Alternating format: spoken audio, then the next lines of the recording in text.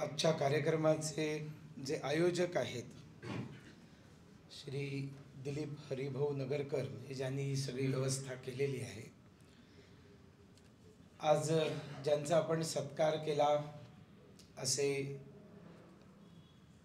दिव्य ध्येय की ओर तपस्वी जीवन भर अविचल चलता है अशी शाखेत ज्यांनी लहानपणापासून गाणी म्हटली नाहीत तर त्याप्रमाणे जगले आणि आजही जगत आहेत।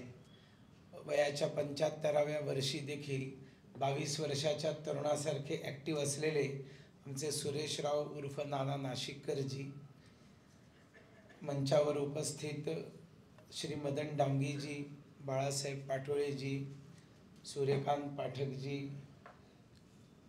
आणि या ठिकाणी उपस्थित सर्व माझ्या भगिनी आणि बंधूंनो, मला इथे बोलवताना जयंत म्हाळगींनी खूप चतुरपणा दाखवला, कारण त्यांना माझी ख्याती माहिती आहे की हा माणूस बोलायला लागला की थांबत नाही। बेसिकली मी एक MSc BEd आहे, म्हणजे मी शिक्षक आहे आणि शिक्षक असल्यामुळे माझी एक वाईट खोड आहे, जोपर्यंत बेल वाजत नाही तोपर्यंत मी बोलणं थांबवत नाही।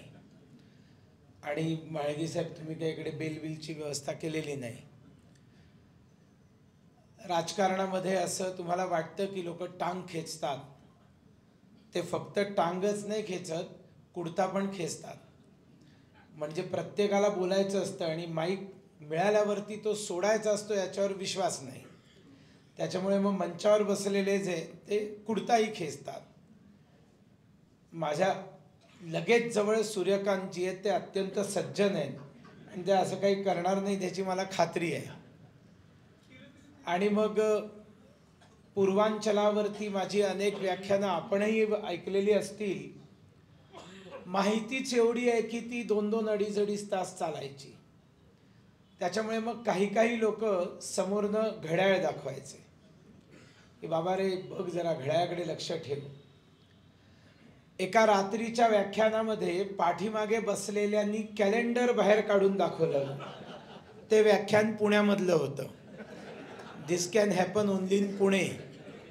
आणि ती कॅलेंडरवाली घटना घडली आणि त्याच्यानंतर दहशतवादाचे दिवस चालू असताना एका सज्जनांनी समोर बसलेल्या रिव्हॉल्वर बाहेर काढलं। मी म्हटलं बाबा मी थांबतो, तू कशाला हे आणलंस?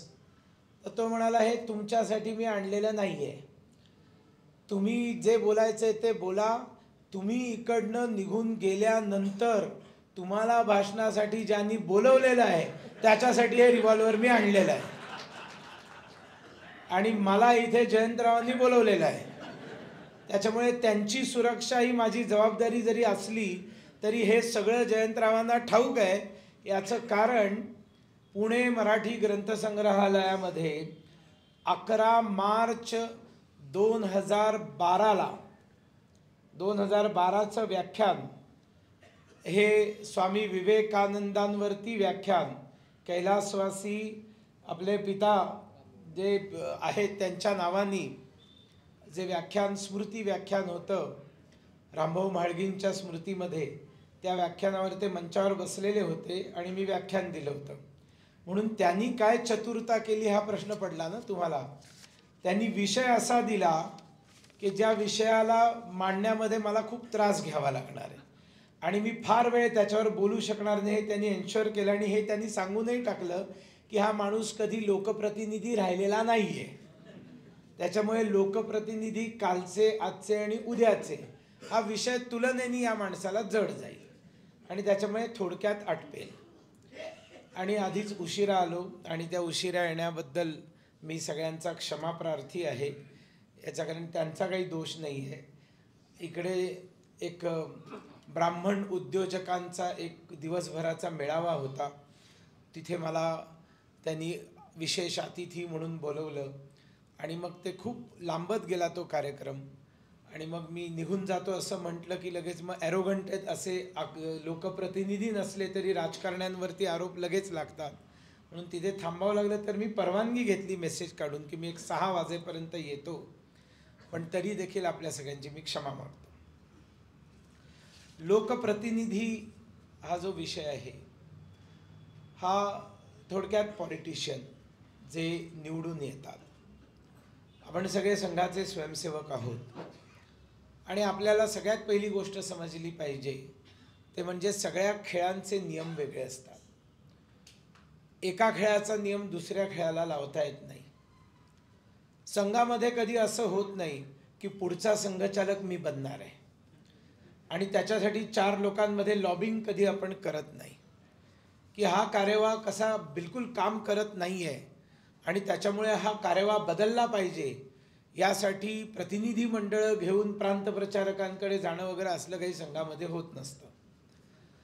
संघामध्ये काय होतं हे आपल्याला सगळ्यांना माहिती आहे. म्हणजे तिथे अत्यंत पवित्रता असते किंवा असणं अपेक्षित आहे. सगळ्या गोष्टींमध्ये ट्रान्सपरन्सी असते.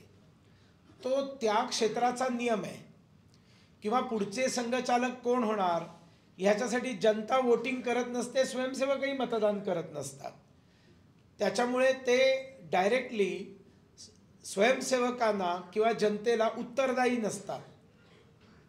पण राजकारणाचं असं नाही आहे, लोकप्रतिनिधींचं असं नाही आहे. नावामध्येच आहे ते लोकप्रतिनिधी, म्हणजे लोक ज्याला निवडून देतात तो, आणि त्याच्यामुळे तो लोकांसाठी असलेला आहे. लोक त्याला निवडून देणार आहेत आणि त्या लोकांची एक पॉवर, त्याची एक शक्ती, त्याची एक ताकद त्याच्या पाठीमागे उभी राहते आणि त्याचा संबंध सरकारशी आहे. सरकारमध्ये असलेल्या असंख्य जनतेसाठी ज्या योजना आहेत, सरकारचे जे निर्णय आहेत, त्याची कारवाई करणं तसं तर सरकारी तंत्राची जबाबदारी आहे, सरकारी अधिकाऱ्यांची जबाबदारी आहे. पण त्यांच्यावर एक चेक ठेवणारा, त्यांच्यावरती एक वचक ठेवून लोकांकडनं काम करवून घेणारा, त्यांच्यामध्ये जर लिथार्जी असेल, त्यांच्यामध्ये जर आणखीन कुठल्याही प्रकारचा नाकर्तेपणा असेल, कुठल्याही प्रकारचा वैचारिक विरोध आहे म्हणून काम नाही करायचं, अशा पद्धतीचं कुठली अडचण असेल तर ती दूर करणं आणि लोकांसाठी आवश्यक असलेल्या त्या सगळ्या गोष्टी मिळवून देणं, यासाठी तो लोकप्रतिनिधी निवडला जातो. ही त्याची भूमिका असते. आणि त्याच्यामुळे सगळं प्रशासकीय तंत्र हा जर एक पिलर आहे तर त्याला ताळ्यावर ठेवण्यासाठी लोकप्रतिनिधींची व्यवस्था आमच्या देशामध्ये आहे आणि त्याला लोक निवडून देतात आणि त्याच्यामुळे त्याच्याकडे पॉवर असते. आणि मग जिथे जिथे पॉवर येते तिथे पॉवर करप्ट्स, अशी इंग्रजीमध्ये एका थोर पुरुषांनी म्हटलेला एक वाक्य आहे, power corrupts and absolute power corrupts absolutely, असं ते विधान आहे. पण या विधानाला 100% खोटं करून दाखवण्याचं काम जगामध्ये जर कोणी करून दाखवलं असेल तर ते पंतप्रधान नरेंद्र मोदींनी करून दाखवलं. Power corrupts and absolute power corrupts absolutely, म्हणजे पॉवर एखाद्याच्या हाती आली की तो भ्रष्ट होतो असं गृहीत धरलंय. आणि जर पूर्ण ताकद, पूर्ण बहुमताची ताकद जर त्याच्याकडे आली तर तो पूर्ण भ्रष्ट होतो असं विधान करणाऱ्या अमेरिकन राष्ट्राध्यक्षाला राष्ट्रीय स्वयंसेवक संघाच्या शाखेचा चमत्कार माहिती नव्हता. त्याला संघाचं रोल मॉडेल माहिती नव्हतं.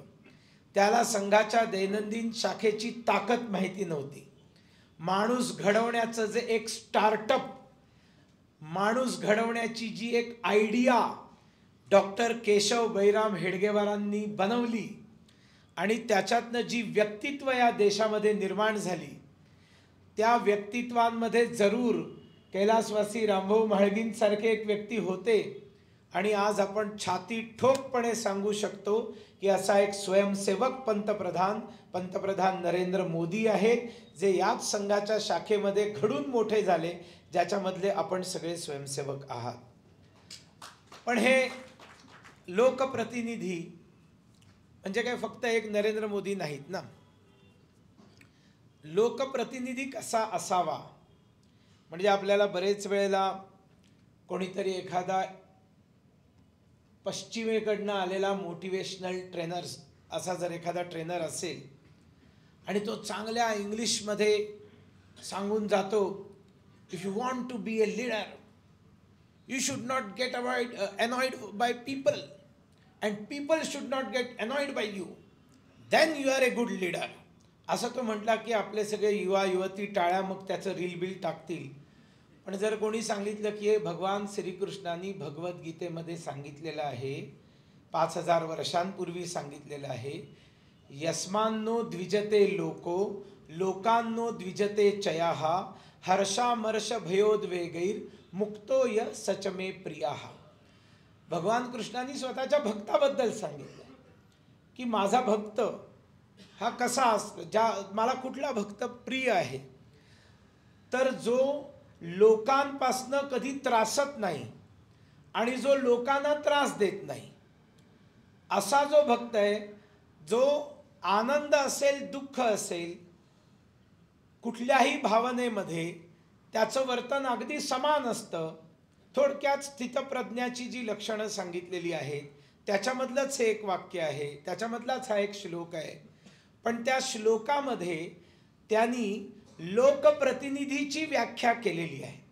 कारण योमद भक्त समे प्रिय, असा भक्त मला प्रिय आहे असं भगवान कृष्ण म्हणतो. आणि मग मी नेहमी भारतीय जनता पक्षाच्या लोकांना सांगतो, कार्यकर्त्यांना सांगतो, आणि असं मी काहीतरी बोलतो म्हणून आजकालचे बरेच नेते मला वेड्यातही काढतात, हा काय बोलतोय भाजप, आम्ही म्हणजे असं कधी ऐकत नाही, असं कधी आजकाल ऐकायला मिळत नाही. पण करायचं काय, आमचं पाणी वेगळं आहे. मी त्यांना सांगतो की भारतीय जनता पक्ष नाव आहे आपल्या पक्षाचं, याच्यामध्ये जनता आहे. आणि जनता शब्दाला तुम्ही म्हणाला 10 भाषा मला येतात, खरं आहे, काही जुजबी येतात, बोलता येतात, काही उत्तम बोलता येतात, काही लिहिता वाचता येतात, सगळं काही आहे. पण या 10 भाषांव्यतिरिक्त आणखीन 10-15 भाषा भारतामधल्या ज्या मुख्य भाषा आहेत, या सगळ्या भाषांमध्ये जनता शब्दाला जोडून किंवा जनता शब्दाला पर्यायी शब्द जनार्दन शब्द आहे. जनता, जनार्दन. आणि त्याच्यामुळे हे सगळ्यामध्ये म्हणजे अगदी लेटेस्ट मी शिकलेली जी भाषा आहे ती तेलुगू भाषा आहे. तर जनताला शब्द आहे जनम, जनार्दन. तर जनम जनार्दनलू असं म्हणतात तेलुगूमध्ये, म्हणजे जनता जनार्दन, म्हणजे जनता हे विष्णूचं रूप आहे. आणि त्याच्यामुळे मी नेहमी सांगतो की विष्णू कोण आहे. आंध्रचा प्रभारी होतो, म्हटलं वारंवार तुम्ही तिरुपतीला कशासाठी जाता, तिकडे जाता आणि you try to bribe even Vishnu bhagwan, म्हणजे मला तू खासदार बनव, मला तू आमदार बनव, मी तुला सोन्याचा मुकुट चढवीन, मी तुला सोन्याचे अलंकार घालीन, तुझा कळस मी सोन्याच्या खाली काही बोलतच नाहीत. आणि त्याला तुम्ही ब्राइब करायचा प्रयत्न करता. अरे तुम्ही कोण विष्णूला जाऊन सोनं देणार आहे, ते सोनं तुमचं आहे का, आणि त्याला त्या सोन्याची गरज आहे का. हे ठीक है कि भगवान शिव को अभिषेक और विष्णु को श्रृंगार पसंद है, ठीक आहे, आपल्या पूर्वजांनी काहीतरी सांगितलं म्हणून आपण ते करतो, अभिषेक करतो, करायलाही हरकत नाही, अलंकारही देतो, तेही करायला हरकत नाही. पण खरा विष्णू कोण आहे, तर तो जनता आहे, जो जनार्दन आहे, म्हणजे विष्णू आहे. आणि म्हणून जो लोकप्रतिनिधी आहे त्यांनी जाऊन साईबाबांमध्ये साईबाबांचं दर्शन घेऊन तिकडे सोन्याने त्यांना मढवण्यापेक्षा, पांडुरंगाला किंवा व्यंकटेश्वराला सोन्याने मढवण्यापेक्षा त्यांनी त्या जनार्दनाचं वारंवार दर्शन घेतलं पाहिजे, ज्याला जनता म्हणतात, ज्याला लोक म्हणतात. त्या लोकांचं दर्शन घेतलं पाहिजे. आणि त्या लोकांचं दर्शन घ्यायचं म्हणजे मी आणखीन एक गोष्ट सांगतो की आपल्याला विष्णू सहस्रनाम, त्याच विष्णूचं विष्णू सहस्रनाम आपल्या अनेकांना येत असेल, मलाही येतं. आणि मी कधीही हातामध्ये पोथी घेऊन विष्णू सहस्रनाम पाठ करत बसलो नाही. आजोबा रोज संध्याकाळी ओसरीवरती बसून विष्णू सहस्रनाम म्हणायचे आणि आम्ही काहीतरी खेळत असायचो, काही कामं करत असायचो, ते कानावर पडायचं. आणि सातत्याने अनेक वर्ष ते कानावर पडल्यामुळे सुरुवातीपासून शेवटपर्यंत विष्णू सहस्रनाम पाठांतर माझं झालेलं आहे. आणि असंच आपल्या देशामध्ये अनेकांची अनेक स्तोत्र पाठ झालेत. मी खरं सांगतोय की नाही, हे कोणी पाठांतरासाठी बसत नाही, ऐकून ऐकून आपोआप पाठ होत जातात. ठीक आहे, ते विष्णू सहस्रनाम आहे, विष्णूच्या स्तुतीसाठी 1000 नावांनी त्यांना आपण पुकारतो. पण मी राजकारण्यांना सांगतो, लोकप्रतिनिधींना सांगतो, तुमचं विष्णू सहस्रनाम कुठे आहे? ती जी वोटर लिस्ट आहे ना, वोटर लिस्ट, आणि त्या वोटर लिस्टमध्ये एक बूथ जो आहे तो 1000चा ॲव्हरेज असतो. त्याच्यामुळे एका बूथाची जी वोटर लिस्ट आहे ती खऱ्या लोकप्रतिनिधीचं विष्णू सहस्रनाम आहे. त्याच्यामध्ये असलेले 1000 वोटर्स ते त्याचे 1000 विष्णूंची नावं आहेत. आणि त्याच्यामुळे त्यांचं वारंवार दर्शन घेतलं की तिकडे वरती जो असलेला 7 हिल्सवरती जो व्यंकटेश्वर आहे तो प्रसन्न होतो. त्या 1000 विष्णूंचं तुम्ही वारंवार दर्शन घेतलं तर. आणि मग दर्शन घ्यायचं म्हणजे त्यांना वारंवार जाऊन भेटायचं, त्यांच्या अडीअडचणी समजून घ्यायच्या आणि त्यांना हे याची खात्री द्यायची की तुम्हाला जर काही अडचण निर्माण झाली तर मी आहे, मी तुमच्यासाठी उपलब्ध आहे. आणि म्हणून लोकप्रतिनिधी हा सहजपणे उपलब्ध असला पाहिजे. He should be easily available to people. आणि ज्याच्यामुळे यस्मान्नो द्विजते लोको लोकांनो द्विजते चयाहा, हे जर आपण नीट समजलं लोकप्रतिनिधीची व्याख्या, कारण तो कृष्णाला तो आवडतो. कृष्ण म्हणजे काय तर जनता आहे. आणि म्हणून योमत भक्त समेप्रिया म्हणजे त्या कृष्णाला प्रसन्न करणारा असं नाही आहे, त्याला आवडणारा असं नाही आहे, तो जनता जनार्दनाला तो आवडतो. म्हणून ती व्याख्या पॉलिटिशियनचीच व्याख्या आहे, हे आपण समजलं पाहिजे. म्हणजे मी सहज सांगतो की अनेक पॉलिटिशियन्स असतात, लोकप्रतिनिधी असतात की सकाळी उठल्यावर ज्या वेळेला ते घरातनं असं जरा बाहेर येतात त्यावेळेला 50 लोक बाहेर उभे असतात. आणि त्या 50 लोकांना बघून ज्याच्या कपाळावर आठ्या येत नाहीत, त्याच्या चेहऱ्यावर आनंद निर्माण होतो, तो खरा लोकप्रतिनिधी असतो. म्हणजे त्याला बरं वाटतं लोक आलेत मला भेटायला, म्हणजे लोकांमुळे तो त्रासला जात नाही. आणि मग तो सकाळपासून संध्याकाळपर्यंत लोकांमध्येच असतो. कुठेही गेला तरी तो लोकांच्या गराड्यातच सापडतो, चमच्यांच्या गराड्यात नाही, लोकांच्या गराड्यात सापडतो. आणि म्हणून पंतप्रधान नेहमी म्हणतात की नेत्यांची परिक्रमा करू नका. नेत्यांची परिक्रमा करून तुम्ही राजकारणात मोठे होऊ शकणार नाही. नेत्यांची परिक्रमा करू नका, कार्यक्षेत्रामध्ये पराक्रम करून दाखवा, म्हणजे तुम्ही आयुष्यभर राजकारणी राहा. शब्दाची अक्षरं तीच आहेत सगळी, परिक्रमा पराक्रम. वेलांट्या फक्त इकडे तिकडे होतात पण दोघांचे अर्थ वेगळे आहेत. दुर्दैव असं आहे की सर्वच राजकीय पक्षामध्ये किंवा जे एक ह्युमन टेंडन्सी आहे ते लोकांना ते आवडतं. कोणीतरी म्हणतं वाह काय छान भाषण झालं तुमचं, असं 4 लोक सांगून गेले की ते लक्षात राहतात. त्याच्यात एखादा जर असं सांगून गेला की हे तुम्ही बोलायला नको होतं बरं का, तर लगेच ते वाईट वाटतं. आणि मग तो जर मनात डूख ठेवतो की तो मला असं बोलला म्हणजे तो माझा विरोधक आहे, आणि त्याप्रमाणे त्याच्याशी व्यवहार करायला सुरुवात केली की गाडी डिरेल झाली. आणि म्हणून लोकांपासून तो त्रासत नाही आणि दुसरं लोकांना तो त्रास देत नाही. लोकांना त्रास देणं हे असंख्य जनप्रतिनिधींचं एक विशेषण, एक त्यांच्यामध्ये असलेला गुणच दिसतो. म्हणजे तुसड्यासारखी उत्तरं द्यायची, वाटेल ते बोलायचं, समोर 4 लोकांचा अपमान करायचा, भेटायला वेळ द्यायची नाही. लोक बसलेले आहेत तर इकडे तिकडे बघायचं आणि असं ताडताड निघून जायचं. काळ्या काचा असलेल्या गाडीमध्ये बसायचं.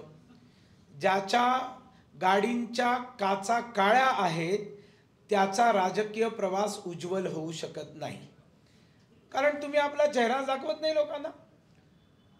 जो गाडीत बसल्या बसल्या, माझे चालक आहेत, मी काही लोकप्रतिनिधी नाही अजूनपर्यंत नाही, आता येणाऱ्या भविष्यात काय होते ते आपल्याला माहित नाही, ते व्यंकटेश्वराला माहिती. पण माझ्या ड्रायव्हरला सक्त ताकीद की कधीही गाडीत बसल्यावर, नाहीतर त्याला सवय होती तो लगेच बटन दाबायचा आणि काचावर व्हायच्या, बिलकुल नाही. व्हेन्यूमधनं बाहेर पडून किमान 1 किलोमीटर जाईपर्यंत काचा वर नाही करायच्या. लोकांची इच्छा असते, लोक हात दाखवतात, लोक शेकहँड करू इच्छितात. आजकाल ते सेल्फी आल्यापासून इतकं वेड लागलेलं आहे लोकांना. बाकी काही करा नाही तर करू नका, एक सेल्फी तरी किमान एक फोटो तरी द्या. मग अगदी ते खिडकीमध्ये असं डोकं टाकून सर सर एक एक एक एक असं ते करतात. ठीक आहे, पण शेवटी तुमचं जीवन त्यांच्यासाठी आहे. त्यांना आनंद देणं हे तुमचं कर्तव्य आहे. आणि म्हणून लोकप्रतिनिधी याच्यापासून त्रासला नाही पाहिजे, त्याला आनंद वाटला पाहिजे. आणि मी असे अनेक लोकप्रतिनिधी बघितले की ज्यांच्यामध्ये प्रचंड पेशन्स असतो. आणि म्हणून पेशन्स हा जो म्हणजे खरं सांगायचं तर सुभाषितं अनेक आहेत. उद्यमम साहसम धैर्यम बुद्धी शक्ती पराक्रमः षडेते यत्र वर्तन्ते तत्र देवाः सहाय्यकृत. हे 6 गुण ज्याच्यामध्ये आहेत त्याला देवाकडे जावं लागत नाही, देव स्वतः त्याच्या मदतीला धावून येतो. मग लोकप्रतिनिधीमध्ये हे गुण पाहिजेत की नाही? उद्यमम उद्योगी म्हणजे कायम काम करत राहणं, साहसम हिम्मत असलेला, धैर्यम करेज असलेला, बुद्धी म्हणजे वाचन असलं पाहिजे, त्याला ज्ञान असलं पाहिजे, शक्ती म्हणजे भिडण्याची ताकद असली पाहिजे, मनाची शरीराची शक्ती असली पाहिजे. नाहीतर ते केसरीनाथ त्रिपाठी ना, ते काँग्रेसचे अध्यक्ष झाले, ते सीताराम केसरी. सीताराम केसरींना चालता येत नव्हतं. ते अखिल भारतीय अध्यक्ष म्हणून त्या खुर्चीवर बसले होते. त्यांना काढलं, अध्यक्षपदावरनं हटवलं तर ते उठायला तयार, जायला तयार नाहीत, खुर्ची सोडायला तयार नाहीत. काँग्रेसच्या कार्यकर्त्यांनी त्यांना उचलून बाहेर फेकून दिलं. म्हणजे आपल्याला लक्षात येऊ शकतं की ती पिपासा किती असू शकते. आणि पिपासा सोडा, निदान तुमचं शरीर तरी साथ द्यायला पाहिजे ना.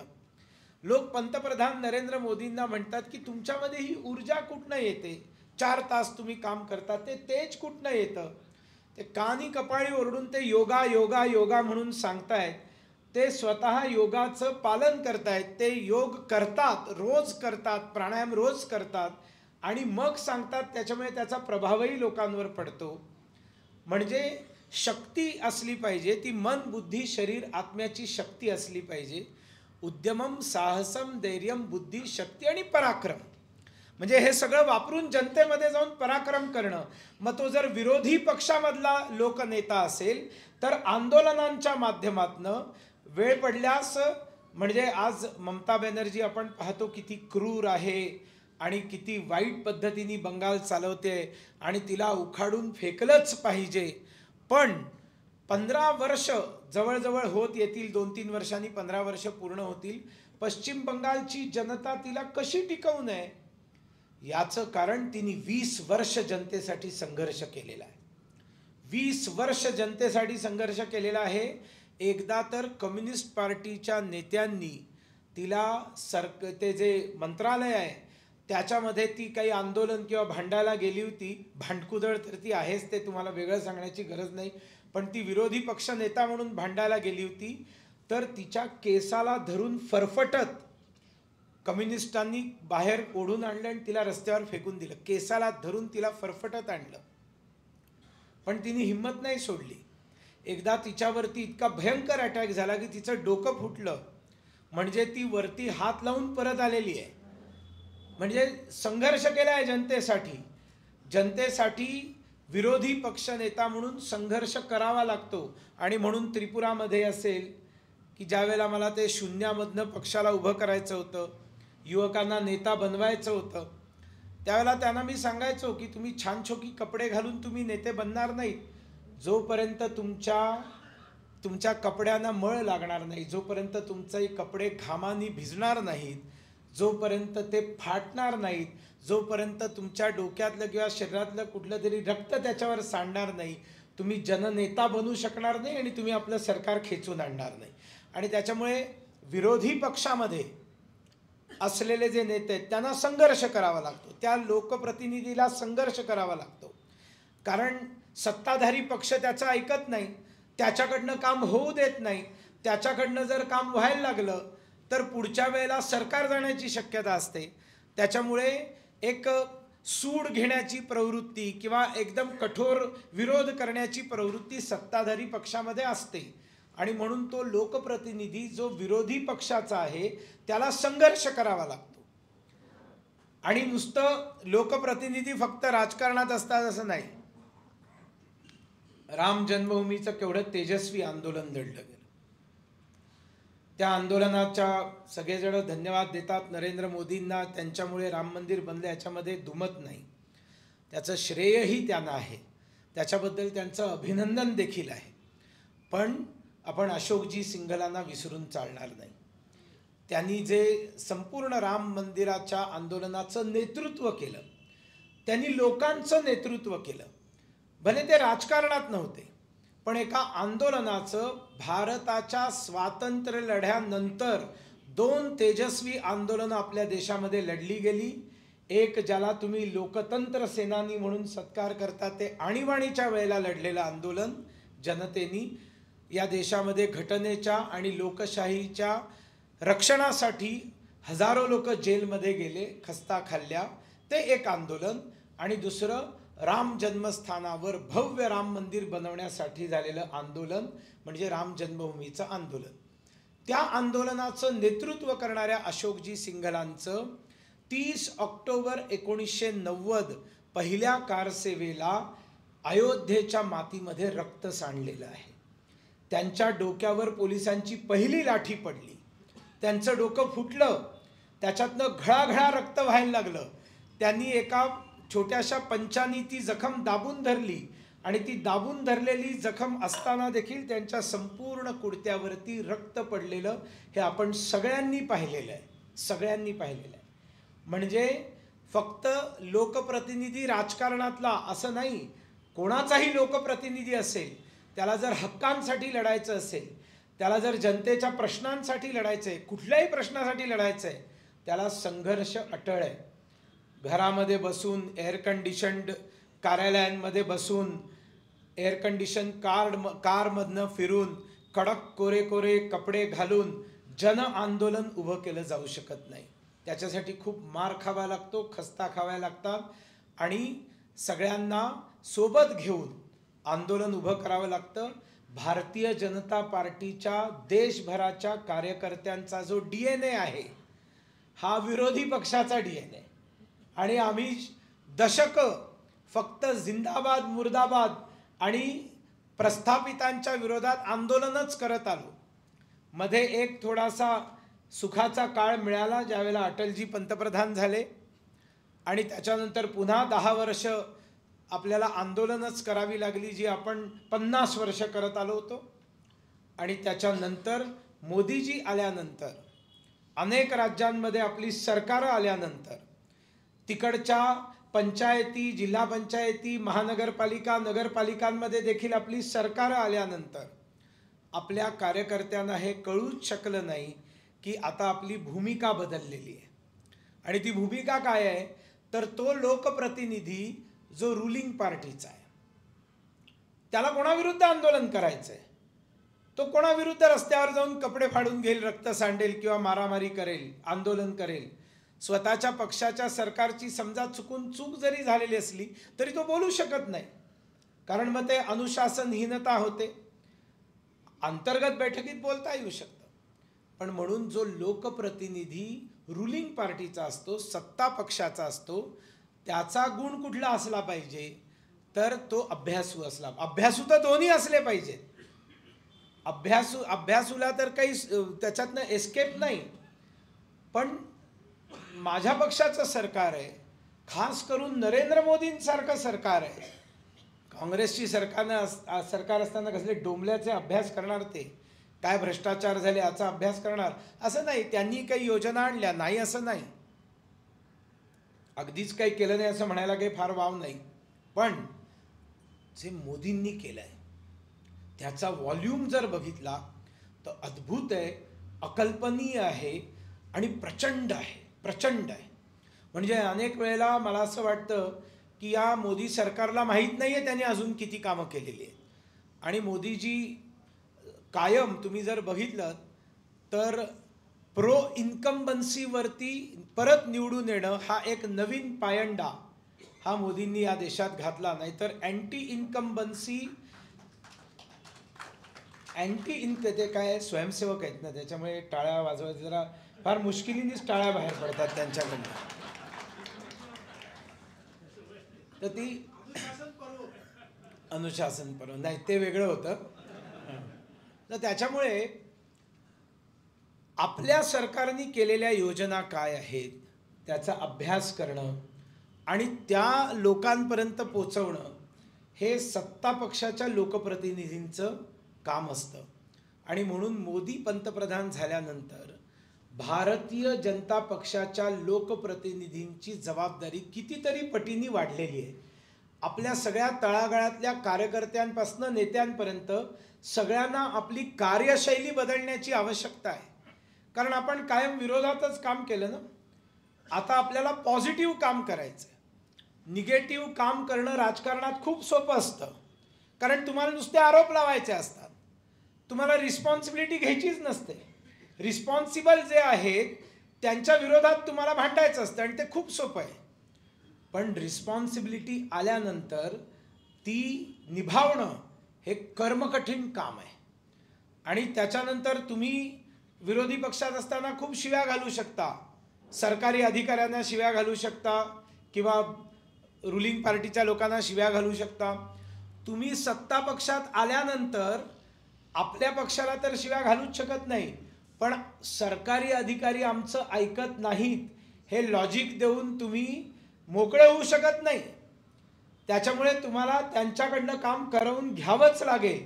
आणि डेफिनेटली आपल्याकडे काही मंत्री होऊन गेले, काही मंत्री आहेत, काही आमदार खासदार नगरसेवक आहेत की ज्यांना माहिती आहे कसं काम करून घ्यायचं आणि ते काम करवून घेतात. पण दुर्दैवाने त्याची संख्या आपल्याकडे अजूनही खूप कमी आहे. त्याच्यासाठी काय अभ्यासू वृत्ती, जी म्हणजे खरोखर रामभाऊ म्हाळगींचं सगळ्यात मोठं जर काही महात्म्य असेल, प्रचंड अभ्यासू वृत्ती. म्हणजे त्यांना माहिती आहे कशामुळे काय घडतंय, त्याच्या पाठीमागे काय मीमांसा काय त्यांना माहिती असल्यामुळे ते अनेक लोकांची कामं लिहिल्या करू शकत होते, कधी सत्ताधारी पक्षाचे नसताना देखील. असे अनेक होऊन गेले आपल्याकडे.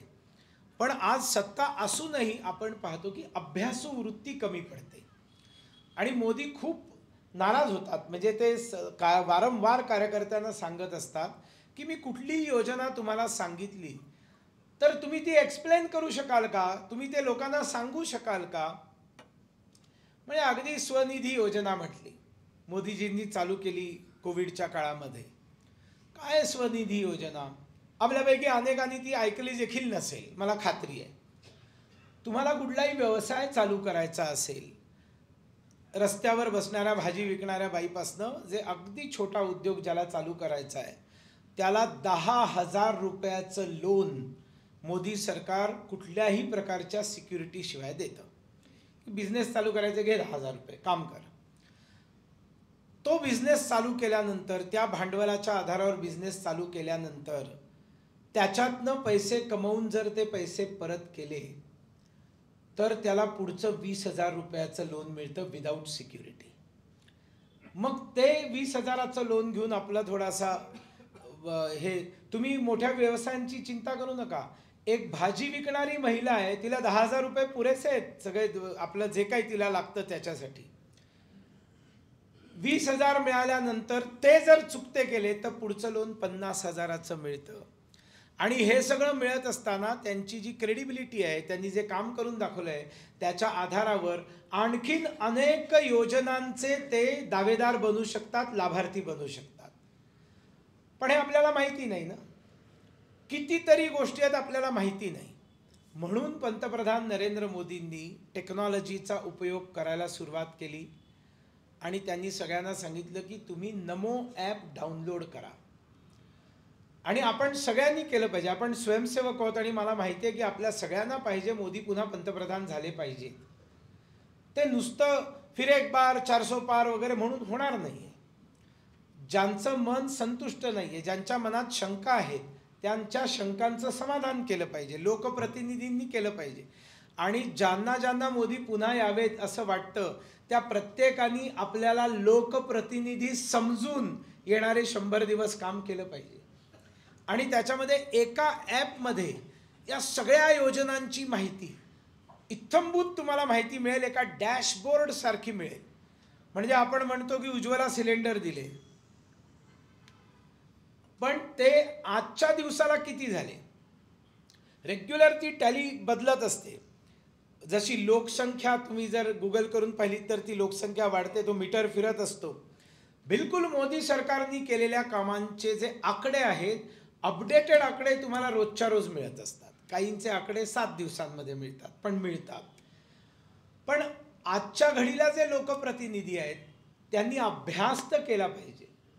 अभ्यास केल्यानंतर तुमच्याकडे आलेला जो माणूस आहे त्याचं काम तुम्ही कसं करून देऊ शकता, ती फाईल कुठनं कुठे जाते, आणि दुर्दैवाने वजनं ठेवावी लागतात फाईलवर, आणि मग ती वजनं कुठे ठेवायची, किती ठेवायची याची देखील माहिती नसते. आणि मग ती फाईल मूव्ह कशी होते, पोचते कशी, काम कसं करून घ्यायचं हे आपल्याला माहिती नाही. आणि दुर्दैवाने काँग्रेसच्या तळागाळाच्या कार्यकर्त्यांना 50-60 वर्ष त्यांनी दुसरा धंदा केलेलाच नाही ना काही. आणि त्याच्यामुळे त्यांनी काय केलं, त्यांनी फक्त टोपी बदलली आणि तेच काम पुढे चालू ठेवलं की ठीक आहे, तुला घर मिळवून द्यायचं नाही आहे माझ्याकडे. मग तो फाईल घेऊन जातो, त्याला माहिती आहे कोणाकडे घेऊन जायची, त्याला काय त्याची आवश्यकता आहे ती पूर्ण करायची. चल पुढे घेऊन जा, मग त्या टेबलवर मग तिकडनं सही करून आणायची, घे तुझं काम करून दिलं. तो आनंदाने त्याला थोडेसे पैसे देतो. आणि भाजपचे कार्यकर्ते म्हणत बसतात सरकार आमचं आली पण कामं त्यांचीच होतात. म्हणतात की नाही, म्हणतात की नाही. सरकार त्यांचं आपलं आलं पण कामं तेच करून जातात. तेच कामं करून जातात कारण आपण ते समजून घेत नाही, आपल्यामध्ये ती अभ्यासू वृत्ती नाही. म्हणून लोकनेता जो आहे त्याला अभ्यासू वृत्ती नीट समजण्यामधनं एस्केप नाही. आणखीन एक महत्त्वाचा मुद्दा लोकनेत्याचा, तो म्हणजे निवडून आल्यावर तो हवेत जातो. त्याला एकदम म्हणजे त्यांनी खूप मेहनत केलेली असते, याच्यामध्ये काय दुमत नाही, खूप मेहनत करावी लागते निवडून येण्यासाठी. पण आता घाई काय करू ना, आता 5 वर्ष पडले, या मोडमध्ये तो निघून गेला की सगळ्यात मोठा ॲक्सिडेंट होतो. कारण लोकांच्या अपेक्षा पहिल्या दिवसापासूनच चालू होतात, निवडून आल्या दिवसापासून. आणि मग जर त्यांनी बघितलं की तो काम करत नाहीये, तो काम करत नाहीये म्हटल्यावरती एक नॅरेटिव्ह सेट व्हायला लागतो, तो काय काम नाही करत आहे, निवडून आलाय पण भेटत नाहीये, निवडून आलाय तो काम करत नाहीये, तो अटेंड करत नाही, तो ऐकत नाही, तो फोन उचलत नाही, कॉलबॅक करत नाही. हा एकदा जर तुमच्याबद्दल इम्प्रेशन निर्माण झालं, वर्ष 1.5 वर्ष, आणि तुम्ही विचार केलात की चला आता निवडणूक जवळ येते आणि आपण कामाला लागूया, मग ते इम्प्रेशन धुवून काढणं हे अशक्य कोटीतली गोष्ट असते. एकदा निर्माण झालेलं परसेप्शन तुमच्याबद्दलचं, एकदा निर्माण झालेलं इम्प्रेशन, अभिमत, हे कायम राहत असतं. आणि त्याच्यामुळे जर तुम्ही मोदींकडे पुन्हा एकदा बघितलं तर पहिल्या क्षणापासून त्यांनी कामाला सुरुवात केली, ते फक्त काम काम आणि कामच करत राहिले. त्यांनी कुठलाही क्षण वाया नाही घालवला. 22 वर्ष ते पब्लिक ऑफिसमध्ये आहेत. 22 वर्षात एकही दिवस सुट्टी न घेता तासन तास काम करणारा, 4 ते 5 तास विश्रांती घेणारा, देश विदेशामध्ये प्रवास करून आल्यानंतर ज्याला जेटलॅग नावाचा काही प्रकार माहिती नाही, अशा प्रकारचा एक अद्भुत, अलौकिक आणि अत्यंत कौतुकास्पद व्यक्तिमत्व, मेहनती व्यक्तिमत्व, संपूर्णपणे समर्पित व्यक्तिमत्व नरेंद्र मोदीजी हे सर्व लोकप्रतिनिधींसाठी एक आदर्श आहेत, सर्व पक्षांच्या. तुमचे वैचारिक विरोध सोडून द्या, पण कसा पॉलिटिशियन असला पाहिजे हे त्यांच्याकडे बघितल्यानंतर आपल्याला कळतं. त्याच्यामुळे पहिल्या दिवसापासून कामाला लागणं, हंबलनेस असणं, विनम्रता असणं, आणि कुठलाही माणूस असला तरी एक गोष्ट लोकप्रतिनिधींनी कायम लक्षात ठेवली पाहिजे, समोरच्या व्यक्तीचा एक स्वाभिमान असतो, समोरच्या व्यक्तीचा एक स्वतःचा एक आत्मगौरव असतो. कधीही त्याला ठेच लागेल असं वर्तन करू नये. तुम्ही एकदा त्याच्यामध्ये, तोच त्याच्यामध्ये असलेला जो ईश्वर आहे त्याला तुम्ही सॅटिस्फाय केलं, म्हणजे याचा अर्थ तो समजा चोरीचं काम घेऊन आला म्हणून ते करायचं असं मी म्हणत नाही आहे. पण at least you should attend, at least you should listen patiently, don't react. काय घेऊन आलास तू, चल, हे सगळं नको. हे वर्तन नाही असू शकत लोकप्रतिनिधीचं. शांतपणे ऐकून घ्यायचं. त्याच्यामुळे एक चांगला लोकप्रतिनिधी should be a good listener. मी तुम्हाला मोदींची विशेषता सांगतो, सॉलिड विशेषता आहे. मी असंख्य वेळा त्यांना भेटलेलो आहे, अनकाउंटेबल. आणि कधी कधी तर 40-40, 50-50 मिनटं, तर लगभग नेहमीच 1.5-1.5, 2-2 तास बोलणं. ज्यावेळेला ते गुजरातचे मुख्यमंत्री होते, ते ज्यावेळेला भेटतात ना, त्यावेळेला त्यांचे डोळे तुमच्या डोळ्यामध्ये रोखलेले असतात. ते जे वेळ देतात ना, तो फक्त तुमच्यासाठी असतो. ते हार्डली एखादा कॉल अटेंड करतात. तुम्ही भेटायला गेलात, बसलात, तर ते तुमच्याकडे असं बसून शांतपणे ऐकतील. व्यवस्थित तुम्ही काय म्हणतायत ते ऐकतील. एक आयुष्यभर लक्षात ठेवलं पाहिजे लोकप्रतिनिधींनी, कोण बोलतंय याचा इश्यू करू नका, काय बोलतोय ते ऐकत जा. तुम्ही कोण बोलतंय याच्यावरती जर तुम्ही गेलात ना, तर ॲक्सिडेंट होण्याची शक्यता आहे. तो मला आवडत नाही, तो माझा माणूस नाही आहे, तो त्याचा माणूस आहे म्हणून पण तो भेटायला आला, तर तुम्ही तेच डोक्यात घेऊन बसलात तर तो काय बोलतोय त्याच्यातनं काही व्हॅल्युएबल तुला मिळतं याच्याकडे तुमचं लक्षच जाणार नाही. त्याच्यामुळे who is meeting you, it is irrelevant. What he is telling you is important.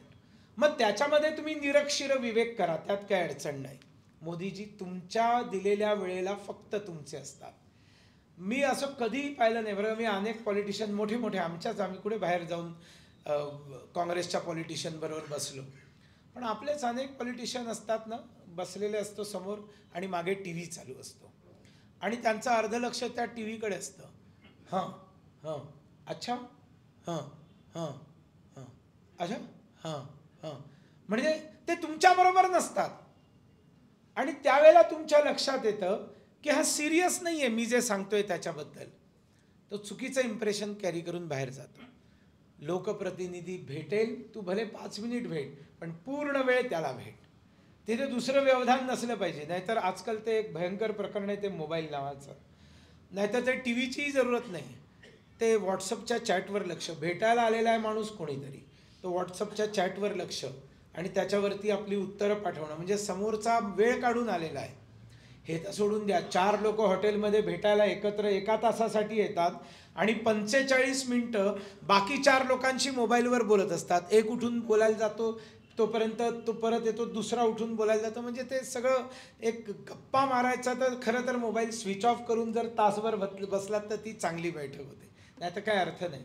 But if you are a people's representative then you should attend people properly. आणि ते मोदींमध्ये आहे. म्हणजे ते फोन उचलत नाहीत, टी व्ही बघत नाहीत. अगदी हार्डली खूप अर्जंट काही आलं तर, आणि जास्त वेळ झाला तर त्यांचा सहयोग येऊन चिठ्ठी देऊन जातो की जरा वेळ जास्त झालेला आहे, अजूनही लोक बसलेले आहेत. तरीसुद्धा लगेच नाही वेळ झाला आता निघ असं नाही म्हणत. ते व्यवस्थितपणे त्याचं बोलणं ऐकून ते समप करतात आणि जे सांगायचं असतं ते कठोरपणे सांगतात. हे पण एका चांगल्या लोकप्रतिनिधीचं लक्षण आहे की त्याला सांगता आलं पाहिजे. नाहीतर बरेच वेळेला काय होतं, हो हो मी करतो ना, अगदी नक्की करतो, आणि तो निघून जातो. तेवढ्या वेळापुरता तो संतुष्ट होऊन जातो, पण नंतर फोन केला तर उचलत नाहीत. आणि आणखीन एक भयंकर प्रकार लोकप्रतिनिधींचा आहे, तो म्हणजे त्यांचे सेक्रेटरी. आणि ते सेक्रेटरी जे आहेत त्याला एक हिंदीमध्ये म्हण आहे, चायपेक्षा किटली गरम. तो दुप्पट आमदार असतो, तो दुप्पट खासदार, तो दुप्पट नगरसेवक असतो. तो असा प्रयत्न करतो की हा मेसेज पोचणारच नाही माझ्या बॉसकडे, असंच त्याचं वर्तन असतं. म्हणून माझ्याबरोबर जितकी कार्यकर्त्यांची टीम आहे त्यांचं मी दर 15 दिवसाला प्रशिक्षण घेत असतो. बोललं कसं पाहिजे, वागलं कसं पाहिजे, आलेल्या प्रत्येकाला प्रेमाने बोलवणं, पाणी देणं, काही ना काहीतरी चहा विचारणं, त्याला काही नाश्ता त्यावेळेला द्यायचा असेल तर नाश्ता देणं आणि त्याला अटेंड करणं. त्याचा स्वतःचा आत्मगौरव जो आहे त्याला धक्का लागू न देणं, बस यू आर लोकप्रतिनिधी. मग लोकांना माहिती आहे की तुम्ही नाही काम करू शकत सगळी. अपोजिशनमध्ये असताना तर लोकांना हे माहिती असतं की याच्याकडनं ते काम होणार नाही आहे, पण लोक पाहत असतात अपोजिशनमध्ये असताना हा अटेंड करतो की नाही, अपोजिशनमध्ये असताना तो ऐकतो की नाही, तो मला घेऊन जातो की नाही, सरकारी ऑफिसमध्ये, पोलीस स्टेशनमध्ये, हॉस्पिटलमध्ये मला घेऊन जातो की नाही. जर अपोजिशनमध्ये असताना तो हे सगळं करत नाही तर त्याला मी पोझिशन कशासाठी देऊ. जर अपोजिशनमध्ये असतानाच तो करत नाहीये तर पोझिशन आल्यावर तो काय करणार, आणि त्याच्यामुळे ते त्याला रिजेक्ट करून टाकतात. आणि म्हणून भल्या भल्या वेव असताना देखील काही लोकप्रतिनिधी पराभूत होतात मोठ्या मोठ्या वेवमध्ये. कारण लोकप्रतिनिधींनी समजलं पाहिजे जनता जास्त हुशार आहे. लोकप्रतिनिधींनी कधीही स्वतःला हुशार समजू नये. They should not take people for granted. Once they start taking people for granted their decline starts. त्याच्यामुळे जनता खूप हुशार आहे, कारण तो जनार्दन आहे, तो नारायण आहे, आणि त्याच्यामुळे त्याला मूर्ख समजू नका. अनेक वेळेला पक्ष अशा युत्या बित्या करतात, छुपी युती असते. हे याच्यासमोर तो कॅन्डिडेट दिला, त्यांनी आमच्यासमोर कॅन्डिडेट दिला, आणि जनता बरोबर हरवून टाकते. आपल्याला वाटतं असं कसं झालं. याचं कारण जनता खूप चतुर असते. तुमच्या छोट्या छोट्या मोमेंट्सवरती त्यांचं लक्ष असतं. कालचे जनप्रतिनिधी आपल्याला तुलनेने बेटर मोठ्या संख्येने बघायला मिळायचे. आता त्याच्यात एक डिक्लाइन आलेला आहे. याचं कारण पूर्वी राजकारणामध्ये असणारे लोक त्याला सेवा या दृष्टिकोनातनं बघायचे, की राजकारणात मी सेवा करण्यासाठी आलेलो आहे, लोकांचं काम करण्यासाठी, जनतेची सेवा करण्याचा एक उत्तम मार्ग म्हणजे राजकारण आहे. माझा आजही त्या गोष्टीवर विश्वास आहे. पण दुर्दैवाने पैसे कमवण्याचा शॉर्टकट, राजकारण हा एक धंदा आहे, आणि बिझनेसमन बनण्याच्या ऐवजी राजकारण करू, चांगला बिझनेस करता येईल. आणि अशा आंध्र प्रदेश, तमिळनाडू आणि या राज्यांमध्ये तुम्ही तर कल्पनाही नाही करू शकत. म्हणजे एखाद्या आमदाराला निवडणूक लढायची असेल तर किमान 50 कोटी रुपये त्याला खर्च करावे लागतात. आंध्र प्रदेशात किमान 50 कोटी, आणि लोकसभा लढायची असेल तर किमान 100 कोटी. आणि अशा राज्यात मी 5 वर्ष राजकारण केलं. तिथे जाऊन बघितलं, मी लोकांना बोललो, you will be shocked to know, Chandrababu नायडूंनी पैसे वाटण्याची परंपरा चालू केली आंध्र प्रदेशात. बाकी देशभर आहे ती, प्रत्येक मतदात्याला पैसे देणं. पण मग प्रत्येक फॅमिलीमध्ये एक हजार रुपया प्रत्येकाला द्यायचा तेलुगू देशम पार्टी. मग समोर YSRCP पार्टी आहे, ते 2-2 हजार रुपये देणार. भाजपचे लोकांकडे द्यायला पैसे नाही. आता वोटर्स देखील प्रोफेशनल होतात. जर पॉलिटिशियन प्रोफेशनल असेल तर वोटर देखील प्रोफेशनल होतो. म्हणजे कसं, तर TDPच्या कॅन्डिडेटनी 1000 रुपये पर वोटर दिले, YSRCPच्या कॅन्डिडेटनी 2-2 हजार रुपये पर वोटर दिले, तर तो परिवार वोटिंगच्या आधी एकत्र बसतो. आपण 6 जण एकूण या घरामध्ये आहोत. तुम्ही दोघांनी TDPला वोट द्यायचं, आम्ही चौघांनी YSRCPला वोट द्यायचं, कारण त्यांच्याकडनं जास्त पैसे आले. तुम्हाला हे आश्चर्य वाटेल किंवा तो कदाचित खोटं वाटेल, पण हे दारुण सत्य आहे. तमिळनाडू, तेलंगणा, आंध्र प्रदेश आणि काही अर्थाने आता कर्नाटक, या 4 राज्यांमध्ये हे एकदम दारुण सत्य आहे. Every vote is purchasable. आणि मग मी त्या लोकांना भाषणात सांगायचो की भाजपकडे देण्यासाठी पैसा नाही आहे. भाजप तुम्हाला खात्री देऊ शकतं की तुम्ही आम्हाला निवडून द्या, जनतेसाठी जो पैसा ठेवलेला आहे तो बिना भ्रष्टाचार आम्ही तुमच्याकडे पोचवण्याचं काम करू. पण तुम्ही जर पैसे घेऊन वोट देणार असाल तर तुम्ही, the moment you take money for vote, you lose your right to question politician, question your MLA, question your MP, question your councillor, corporator, की तू असं का करतोस. कारण तो म्हणणार shut up, I have paid for your vote. आणि आंध्र आणि आता तर इथे पण, म्हणजे थोडं आणखीन खुलून बोलू आपण, businessman turns politician to earn more money and politician turn businessman to earn more money. Where people stand. जनता कुठे आहे इथे. अशा एका विचित्र कात्रीमध्ये सध्या भारताचं राजकारण अडकलेलं आहे.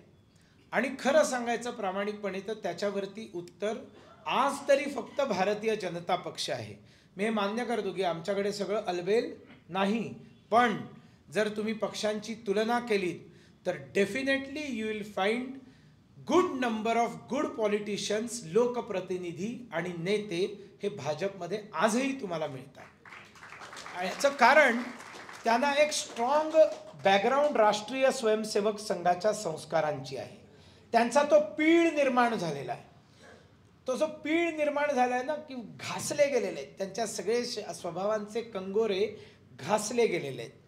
आणि त्यांनी अशी व्यक्तित्व बघितलेली आहेत की ज्यांच्याकडे बघितल्यानंतर कसं जीवन जगावं राजकारणामध्ये हे अजूनही त्यांना माहिती आहे. आणि अजूनही ते त्यांची चरित्र ऐकत असतात, ते बघत असतात आणि त्याच्यातनं ते प्रेरणा घेत असतात. So you should have alternative. ज्या वेळेला तुम्हाला सगळं समाप्त होताना दिसतं त्यावेळेला कुठेतरी तुम्हाला एक पर्याय दिसला पाहिजे ना, की ह्यांच्याकडे बघून आम्ही आमचं जीवन जगू शकतो. मी ज्या वेळेला राजकारणात जाण्याचा निर्णय घेतला 2010मध्ये, संघाचा प्रचारक होतो. प्रचारक म्हणून थांबून हिंदू जागरण मंचाचा प्रमुख झालो. मग माय होम इंडिया म्हणून देशव्यापी संस्था अनेक कामं करणारी चालू केली. त्याच्याबद्दल मी भाषण नाही करत आत्ता. पण ते सगळं काम करत असताना मी मनोहर पर्रीकरांकडे बघायचो, मी नरेंद्र मोदींकडे बघायचो. ते गुजरातचे मुख्यमंत्री होते आणि त्यांच्या कहाण्या ऐकायला मिळायच्या. आणि त्याच्यातनं असं वाटायचं की राजकारणात राहून देखील तुम्ही साधन सुचिता पाळू शकता, तुम्ही व्हॅल्यू बेस्ड पॉलिटिक्स करू शकता. आणि म्हणून मी भारतीय जनता पक्षामध्ये प्रवेश केला. आणि त्याच्यानंतर पक्षाच्या आत राहून मी छाती ठोकपणे सांगू शकतो, number of politicians are there in BJP. आशा संपलेली नाही, रादर आशा भरपूर आहे आणि ती भाजपकडेच आहे. आणि अनेक ठिकाणी आपल्याला जे लोक दिसतात तसं सगळं आहे असं समजायचं काही कारण नाही. सध्याच्या प्रतिनिधींच्या मध्ये आणखीन एक प्रॉब्लेम आहे, ते म्हणजे घराणेशाही. घराणेशाहीचं असं आहे की काही साधे प्रश्न तुम्हाला विचारले, बघू तुम्हाला उत्तरं येत आहेत का. इथे सगळे मुरब्बी स्वयंसेवक आहेत म्हणून कदाचित काही लोकांना माहिती असेल, लालकृष्ण अडवाणीजींच्या मुलाचं नाव किती जणांना माहिती आहे? हात वर करा. मुलाचं नाव म्हणजे 100-125 उपस्थिती किमान आहे इथे. त्याच्यामध्ये दोघांना लालकृष्ण अडवाणीजींच्या मुलाचं नाव माहिती आहे. त्यांच्या मुलीचं नाव किती जणांना माहिती आहे? हात वर करा. 4-5 लोक जास्त आहेत, कारण ती झी टीव्हीमध्ये अँकर होती म्हणून काही लोकांना माहिती असेल. किती जणांना मुरली मनोहर जोशीजींच्या मुलींची नावं माहिती आहेत? किती जणांना सुषमा स्वराजच्या मुलीचं नाव माहिती आहे? ते हल्ली एक काही लोकांना माहिती आहे, हल्ली माहिती आहे. किती जणांना अरुण जेटलीच्या मुलींचं नाव माहिती आहे, मुलांचं नाव माहिती आहे? नाही माहिती ना. नरेंद्र मोदींच्या भावांची नावं किती जणांना माहिती आहेत? हा काय प्रकार आहे? म्हणजे इथे मी प्रश्नावर प्रश्न विचारत चाललोय, तुम्हाला हे सगळं माहिती नाहीये. व्यंकय्या नायडूंच्या मुलांची नावं तुम्हाला माहिती नाहीत. हे सगळे मोठे मोठे भाजपचे नेते आहेत, यांच्या परिवारातल्या लोकांची नावं तुम्हाला माहिती नाहीयेत. बाळासाहेब ठाकरेंच्या मुलाचं नाव काय? हात वर करा. ज्यांना माहिती आहे हात वर करा. त्यांच्या पुतण्याचं नाव काय? हात वर करा. त्यांच्या नातवाचं नाव काय? हात वर करा. शरद पवारांच्या मुलीचं नाव काय? हात वर करा. शरद पवारांच्या भावाचं नाव काय? त्यांच्या पुतण्याचं नाव काय? त्यांच्या खानदानाची नावं काय? हात वर करा. सगळ्यांना माहिती आहेत. गांधी परिवाराची, नेहरूंच्या मुलीचं नाव माहिती आहे, तिच्या मुलांची नावं माहिती आहेत, त्यांच्या सुनांची नावं माहिती आहेत, त्यांच्या नातवंडांची नावं माहिती आहेत. चंद्रबाबू नायडूच्या मुलाचं नाव सगळ्यांना माहिती आहे. जगनमोहन रेड्डीचे वडील राजशेखर रेड्डी, त्यांच्या मुलाच्या परिवाराच्या सगळ्यांची नावं माहिती आहेत. हा फरक आहे. ही घराणेशाही आहे. आणि भारतीय जनता पक्षाने जनसंघाच्या काळापासून प्रयत्नपूर्वक या घराणेशाहीपासून आपलं अंग दूर ठेवले. म्हणून नेत्यांच्या मुलांनी राजकारण करू नये असं अजिबात नाही. हे अजिबात नाही. आणि त्यांनी केलं तर ते चूक नाही, ती घराणेशाही नाही. घराणेशाही हा मुद्दा वेगळा आहे. Try to understand. कुठल्याही डॉक्टरचा मुलगा स्वाभाविकपणे डॉक्टर बनतो आणि आपल्याला अशी खानदानं दिसतात, आई वडील डॉक्टर, आजोबा डॉक्टर, मुलं डॉक्टर. आमच्या परिवारात नाही ना 12-13 लोक डॉक्टर आहेत. कशामुळे? लहानपणापासून ते मूल पाहत असतं वडील काय करतायत, आई काय करते, आणि त्याप्रमाणे आपल्या जीवनाचं मार्गक्रमण करतं. वकिलांची किती मुलं वकील झालेली आहेत, बिझनेसमॅनची मुलं बिझनेसमॅन झालेली आहेत. रेअरली आपल्याला असं बघायला मिळतं की व्यवसाय बदलला आणि दुसरं काहीतरी करायला सुरुवात केली. मग राजकारणाच्या मुलांनी राजकारण केलं तर चूक काय त्याच्यामध्ये? काही चूक नाही. फक्त त्यांनी आपल्या आयुष्यामध्ये स्वतःच्या गुणांनी पुढे गेलं पाहिजे, आई वडिलांच्या नावांमुळे नाही. पक्षांनी देखील त्यांची दखल त्यांच्या गुणांमुळे घेतली पाहिजे, त्यांच्या आई वडिलांच्या पॉलिटिकल प्रभावामुळे नाही. एवढाच फक्त त्याच्यातला एक छोटीशी लक्ष्मण रेषा आहे आणि ती भाजपमध्ये बऱ्यापैकी पाळली गेलेली. त्याच्यामुळे अनेक नेत्यांची मुलं राजकारणात आहेत की. राजनाथजींचा मुलगा राजकारणात आहे, आमदार आहे, पण तो मुख्यमंत्री नाही झाला ना. इथे काय होतं, बाप मुख्यमंत्री तर बेटा मुख्यमंत्री. इथे प्रॉब्लेम आहे. At the virtue of your skills, your qualities, you go ahead in politics, no problem. तुमचे वडील राजकारणी आहेत म्हणून तुम्ही करू नये असं बिलकुल नाही. पण त्यांच्यामुळे तुम्ही लिगसी चालू ठेवून सत्तेवरती बसताय, ही घराणेशाही आहे. म्हणजे सगळं राज्य आपल्या पित्याची प्रॉपर्टी, बापाची प्रॉपर्टी समजून, खानदानाची प्रॉपर्टी समजून दशकं या देशावरती राज्य केलं आणि अजूनही ते सहन करू शकत नाहीयेत की कसा एक चहावाल्याचा मुलगा, एक गरिबाचा मुलगा येऊन त्या ठिकाणी बसला आणि आपण त्याला काही करू शकत नाही आहोत. हा जो तळतळाट आहे, ही जी तडफड आहे, ही जी जळण आहे, कोळसा होत आहेत आतमधनं. They cannot tolerate a poor person becoming prime minister. आणि आम्ही जिथे 50-60 वर्ष बसलो तिथे हे जाऊन बसलेत. नुसते बसलेच नाहीत, असं काय काय करून दाखवत आहेत जे आम्ही काहीच करू शकलो नाही. त्याच्यामुळे हे जे तुम्हाला राहुल गांधी आणि त्यांची विधानं, याच्यामध्ये तुम्हाला वाटतं ना काय बोलतोय, ह्या सगळ्या गोष्टी आहेत ना, या लॉजिकल नाही वाटत, कारण त्या जेलसीमधनं बाहेर पडलेल्या गोष्टी आहेत. त्या ऑनेस्ट ऑपोजिशन म्हणून बाहेर पडलेल्या गोष्टी नाही आहेत. म्हणून लोक ज्यावेळेला मला म्हणतात की मोदी पुन्हा आले पाहिजेत का, पाणी आले लोक, म्हणजे मी संपवतोय, काळजी करू नका, मोदी पुन्हा आले पाहिजेत का, तर काही लोक म्हणतात हो पर्याय नाही. मी म्हणतो पर्यायाची गरज काय आहे? पर्याय नाही हे केव्हा होतं? ज्या वेळेला सत्तेवर बसलेला माणूस नीट काम करत नाही, त्यावेळेला आपण पर्याय शोधतो. आणि ज्या वेळेला पर्याय शोधतो आणि म्हणतो अरे नाही कोणी पर्याय दिसत नाही, मग चला हे आहे ते चालू ठेवू, हा सूर आहे.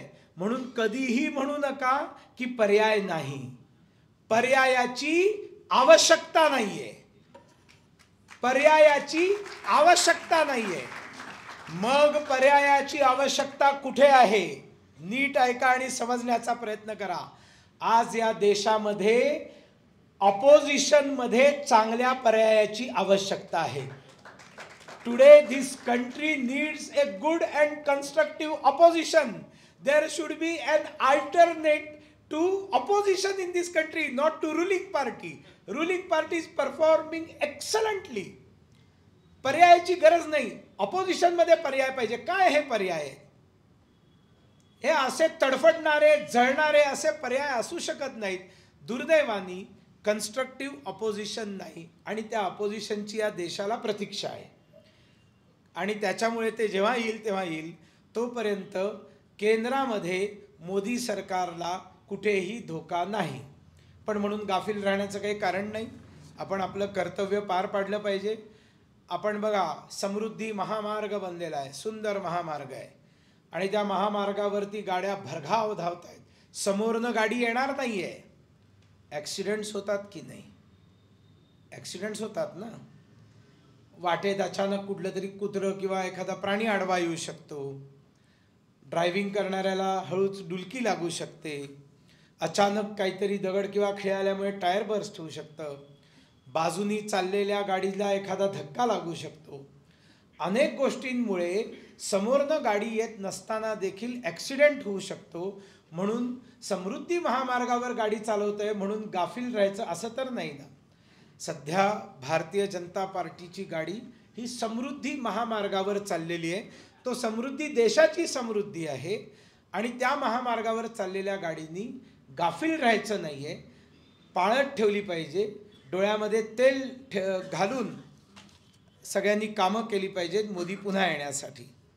भविष्यातले पॉलिटिशियन्स हा खूपच मोठा चिंतेचा विषय आहे. कारण राजकारणात तुम्ही आलात त्याचं ओरिएंटेशन काय, तुमचा हेतू काय आहे. जोपर्यंत तुमचा हेतू पवित्र नाही आहे तोपर्यंत तुमचा लक्ष पवित्र असू शकत नाही. चांगल्या हेतूनी चुकीचं लक्ष होऊ शकत नाही आणि वाईट हेतूनी चांगलं लक्ष प्राप्त होऊ शकत नाही. त्याच्यामुळे हेतू चांगला असला पाहिजे, लक्ष चांगलं असलं पाहिजे आणि कृती चांगली असली पाहिजे. याच्यामध्ये थोडा बहुत काही बघा, सगळे काही सद्गुणांचे पुतळे नसतात आणि तुम्ही तशा अपेक्षा करूही नाहीत. म्हणून अनेक वेळेला भ्रष्टाचार काय, लोकप्रतिनिधींचा भ्रष्टाचार, याच्यावरती मग आपल्याही लोकांचा भ्रष्टाचार, आपण जास्त तावातावानी आपल्याही लोकांचा भ्रष्टाचार याच्यावरती बोलत असतो. पण मला भ्रष्टाचाराची एक छोटीशी व्याख्या करायची, म्हणजे तुम्हाला ती आवडेल नाही आवडेल, कदाचित जास्त आवडेल, काही होऊ शकतं. कसं आहे की मधमाशांचं पोळं आहे, त्या मधमाशांच्या पोळ्यामध्ये मध आहे आणि विषारी माशा देखील आहे. पोळ्यातला जो मध आहे तो सरकारी ट्रेजरी आहे, सरकारी फंड्स आहेत, सरकारचा निधी आहे जो जनतेसाठी आहे. तिथे अनेक प्रकारचे माशा, विषारी माशा बसल्यात. मे बी त्याच्यामध्ये करप्ट सरकारी तंत्र आहे, मे बी त्याच्यामध्ये दलाल आहेत सगळ्या ठिकाणचे की जे त्या सगळ्यावरती कब्जा करून बसलेले आहेत. आणि पॉलिटिशियनचं काय काम आहे तर ती ट्रेजरी जी आहे ती त्या पोळ्यामधनं काढायची आणि तो मध जनतेपर्यंत पोचवायचा, हे त्याचं काम आहे. Am I right? प्रॉबेबली. हां. मग आता हे करताना त्याला काय काय करावं लागतं, त्याला त्या सगळ्या माशांची भांडणं करावी लागतात, त्याला ते झेलावं लागतं. त्या सरकारी अधिकाऱ्यांचा नाकर्तेपणा, दलाल, अमुक तमुक, विरोधी पक्ष, सगळ्या गोष्टींशी संघर्ष करून तो मध काढून यशस्वीपणे जनतेपर्यंत नेऊन पोचवणं हे राजकारण्याचं काम आहे. हा मध पोचवल्यानंतर त्याच्या हाताला जो लागलेला मध आहे तो चाटणं एवढा भ्रष्टाचार एक्सेप्टेबल आहे. कारण त्यांनी काढून तिथे टाकलं ना, आता हाताला लागलेला मध तर तो चाटणार ना. प्रॉब्लेम असा झालाय की आता पोळच उडवून घेऊन जातात, पोळच उडवून घेऊन जातात, तिथे प्रॉब्लेम आहे. आणि त्याच्यामुळे जर 24 तास राजकारणी जर राजकारण करणार असेल आणि त्याच्याकडनं तुम्ही साधन सुचिता आणि संपूर्ण प्रामाणिकपणाची अपेक्षा करता तर त्याच्या लाईव्हलीहूडची चिंता तुम्ही केली पाहिजे. नाहीतर तो 24 तास काम कसं करणार? मग त्यांनी काय संत बनून राहायचं? त्यांनी लग्न नाही करायचं, परिवार नाही करायचा. त्याचा परिवार आहे, त्याची मुलं आहेत. लहान मुलं प्रश्न विचारतात अशा अत्यंत प्रामाणिक आईवडिलांना, तुमचे काय झालं मला माहिती नाही, पण लहानपणापासनं मुलं विचारतात, बाबा तुम्ही आम्हाला फिरायला घेऊन जात नाही कुठे, तुम्ही आम्हाला वेळ देत नाही. बायको 100 वेळा भांडणं करते. आणि हे तर संघामध्ये पण होतं खूप. म्हणजे मी प्रचारक असताना इतके अनुभव घेतले की आमची जेवणं दुपारी स्वयंसेवकांच्या घरी, तो स्वयंसेवक दुकानावर नाही तर नोकरीला गेलेला, वहिन्या आम्हाला जेवायला घालायच्या. त्याच्यामुळे वहिन्या सगळं रडगाणं आम्हाला ऐकवायच्या प्रचारकांना. आणि ते कायम ऐकून एक प्रश्न कॉमन होता, ह्यांना विचारा हेच करायचं होतं तर त्यांनी लग्न का केलं. मग मला आसाममध्येही ते ऐकायला मिळालं, मला दिल्लीमध्येही ऐकायला मिळालं. हे पॉलिटिक्समध्ये असलेल्या, विविध क्षेत्रात असलेल्या सगळ्या स्वयंसेवकांच्या घरातनं हा प्रश्न ऐकायला मिळाला. आणि म्हणून प्रचारक थांबल्यावर मी एक निर्णय घेतला की एक महिला आयुष्यात सुखी राहावी म्हणून मी लग्न केलं नाही. So I am a decided bachelor. माझ्या पाठीमागे काही हे नाहीत, काय धागे नाहीत की ज्याच्यामुळे मला त्याची चिंता करावी लागेल. त्याच्यामुळे पूर्ण वेळ समाजाची चिंता करायला मी मोकळा आहे. पण असं सगळ्यांचं नाही ना. त्याच्यामुळे या गोष्टींचा थोडा साकल्याने विचार आपण केला पाहिजे. आपल्याच लोकांवरती आरोप करण्याऐवजी त्यांची काय समस्या आहे, त्यांची ऑनेस्टी आहे की नाही ही पाहिली पाहिजे. त्यांच्या समस्या काय हे देखील समजलं पाहिजे. नाहीतर कसं आहे, टीका करणं खूप सोपं आहे, पण त्याच्या अंतरात्म्यात झाकून तो कुठल्या संकटांचा सामना करतो आहे.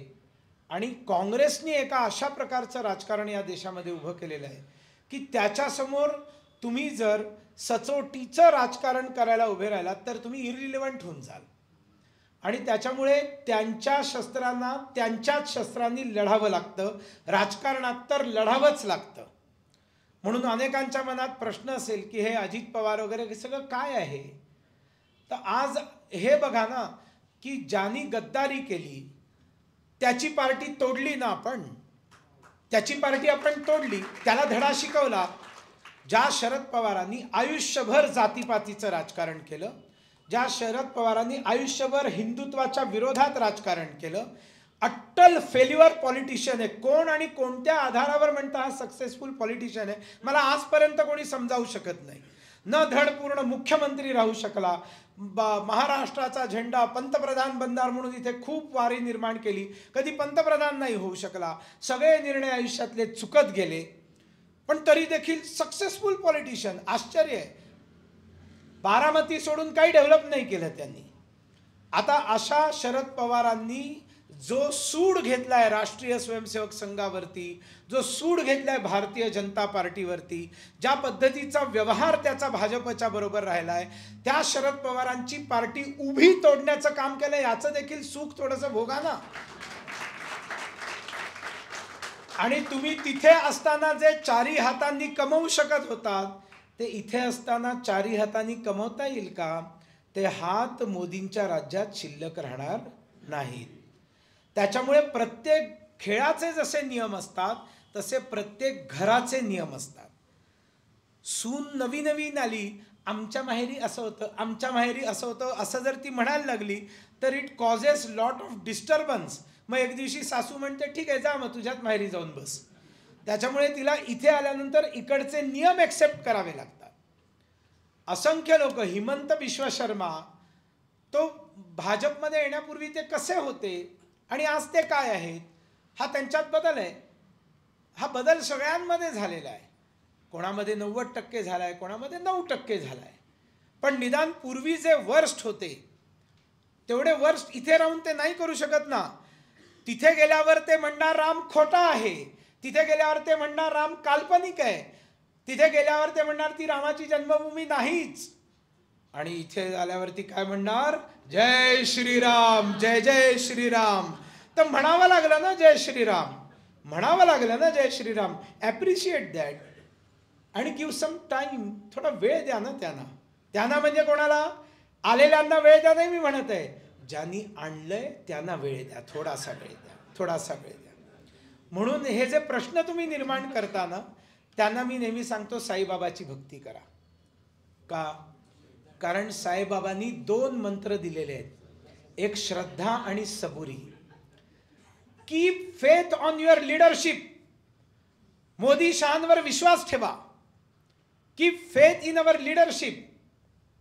श्रद्धा अँड सबुरी, keep patience, wait and watch. सगळे हिशोब चुकते होणार आहेत, काळजी करू नका, सगळे हिशोब चुकते होणार आहेत. आणि ॲब्सोल्यूट पॉवर करप्ट्स ॲब्सोल्युटली हे विधान मी धाडसानी सांगतो. You give absolute power to Narendra Modi and he will try to finish corruption absolutely.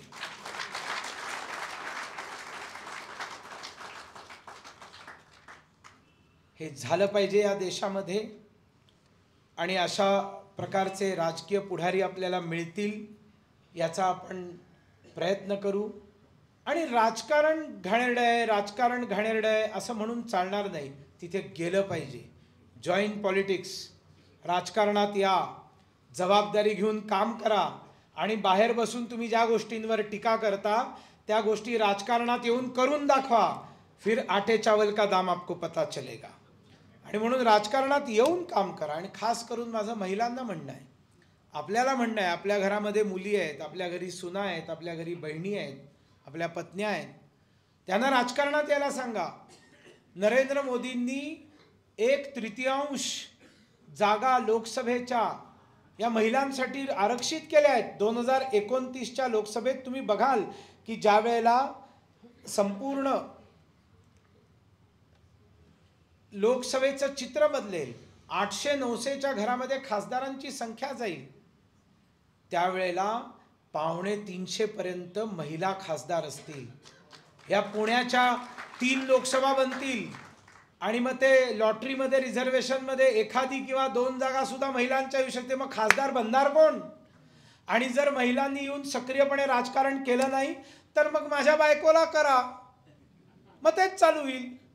आणि मला तर तोही स्कोप नाही आहे. आणि त्याच्यामुळे महिलांनी राजकारणात आलं पाहिजे. सगळ्यांनी राजकारण एक प्रोफेशन म्हणून मानून आलं पाहिजे.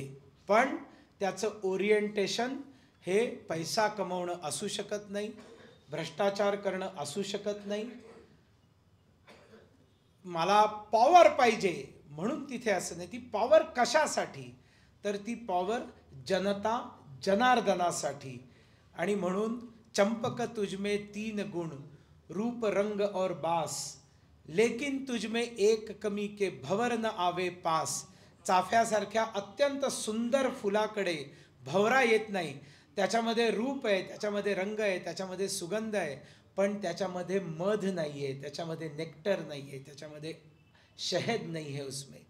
जिकडे शहद नाही तिकडे भवरा जो आहे तो ढुंकून बघत नाही. तू तुझ्या सौंदर्यावर, तू तुझ्या रंगावरती, तू तुझ्या गंधावरती. जोपर्यंत आत्मीयता नाही, हा आत्मीयतेचा धागा तुम्ही कुठल्याही क्षेत्रात असाल, हा आत्मीयतेचा धागा जो आम्हाला संघाने दिला आहे तो आपण कधीही सोडू नये. एवढ्याच एका विनम्र प्रार्थनेने माझा विषय थांबवतो. धन्यवाद.